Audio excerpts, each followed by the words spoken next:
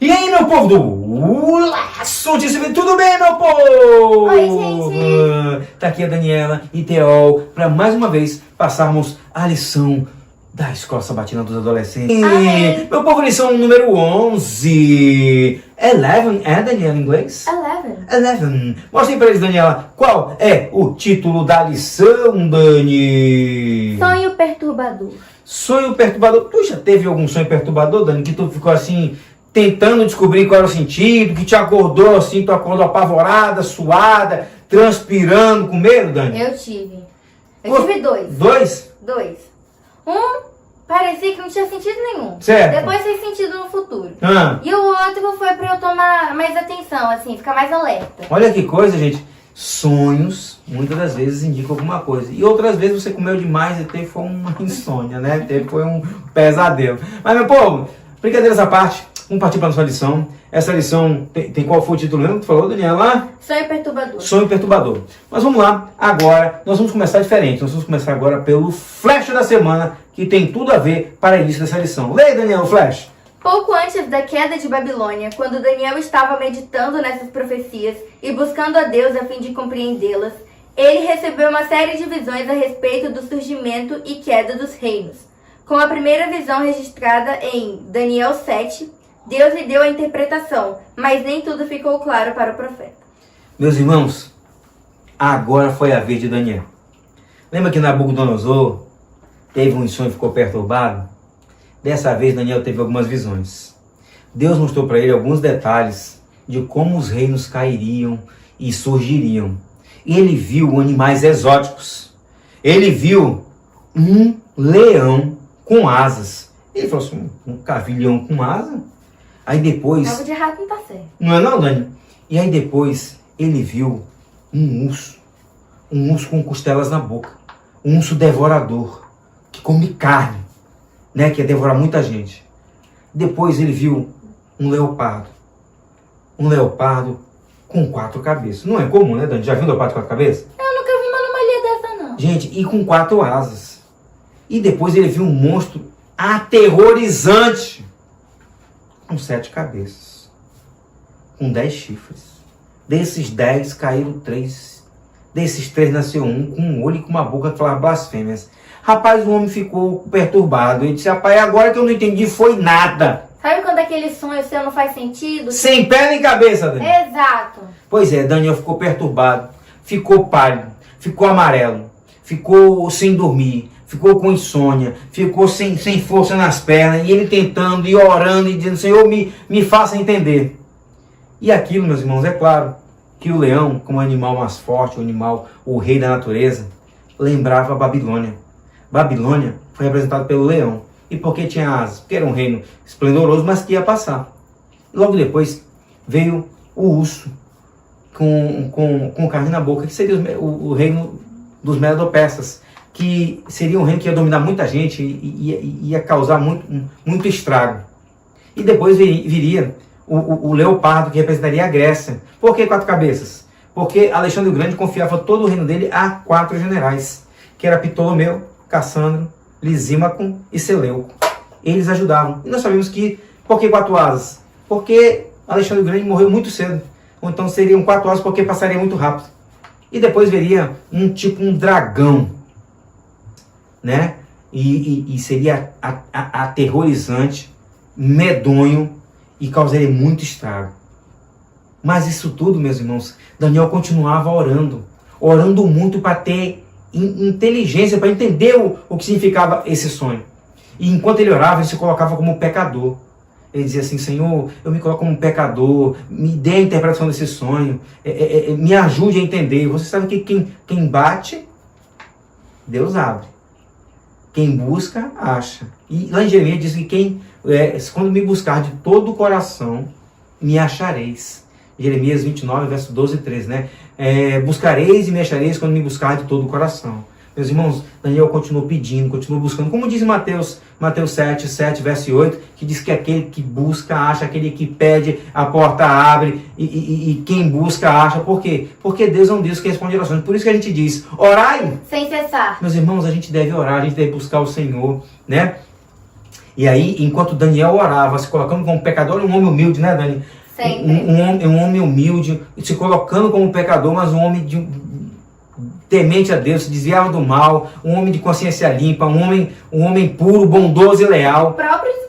Um próprio desbravador, corajoso, enfrentou até os leões, pois não ficou sem resposta. Não, enquanto ele orava, diz que o anjo Gabriel saiu lá do terceiro céu, meu irmão. Lá do terceiro céu, veio voando responder a oração. Meus irmãos, imagina a velocidade da luz. Deve ter sido pouca.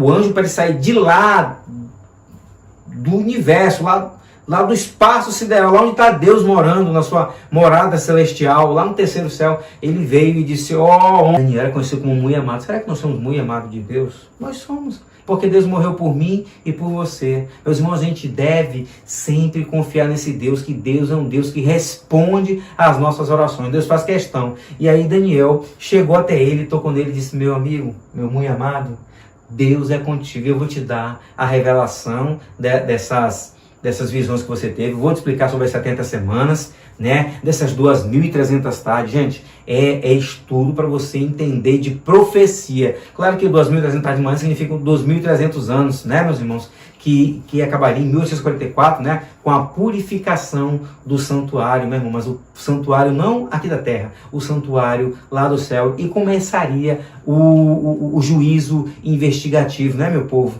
Né? Hoje o meu e o teu nome pode estar sendo passado em revista no céu. E as 70 semanas, né, que começaria com a recuro de Jerusalém. E aí é onde ele começou a ficar mais calmo e entender que essas visões seriam para o tempo do fim, né? Aí fala daquelas 70 semanas, fala também lá da frente, quando o Messias viria, o ungido, e depois seria tirado. Meus irmãos, tudo corretíssimo, cada profecia em seu ponto. Deus faz tudo perfeito, Deus está no controle de tudo. Todas as nações, inclusive a gente fala de nações, Daniela, qual nação hoje em dia é reconhecida por ser uma águia? Os Estados Unidos. Olha só, por exemplo, reino significa animal. Qual a nação hoje representa um urso? Rússia. Vamos falar, por exemplo, Deus é reconhecido por qual animal na Bíblia, Daniela? Leão. Deus também é reconhecido por um cordeiro. E que outro animal, Daniela? Um cordeiro, né? Um cordeiro. Eis o cordeiro de Deus? Que tira o pecado do mundo. Muito bem. E Satanás, o diabo, é conhecido por qual animal na Bíblia, Daniela? O bode. Um bode, né, meus irmãos? E também um leão devorador. Ele não é que nem Jesus, que é o leão da tribo de Judá. É um leão forte, mas é um leão protetor. É um leão que dá a vida pela sua manada, né? Jesus vem forte e vencedor. Meus irmãos, e o que falar desse imperador da época de Daniel, Ciro? Vocês sabiam que em Isaías 45, versos de 1 a 3, lá estava escrito, um século antes, no livro de Isaías, que Ciro seria um rei que governaria e que com mão forte, né, com a mão de Deus segura na mão dele, ele subjugaria as nações. No caso, estava já profetizado que ele subjugaria e tomaria a Babilônia, que ele derrubaria as portas trancadas. Deus diz assim, eu mesmo vou derrubar e destrancar as portas dos seus ferrolhos de ferro. Meus irmãos, enquanto Belsazar fazia aquela festa, Ciro e Dario mudaram o curso do rio, entraram por baixo e tomaram Babilônia. Meus irmãos, entra reino e sai reino, e Deus está no controle de todas as coisas. E Ciro, um século antes, lembra de Josias, que também teve uma profecia que 300 anos antes falava do seu nascimento?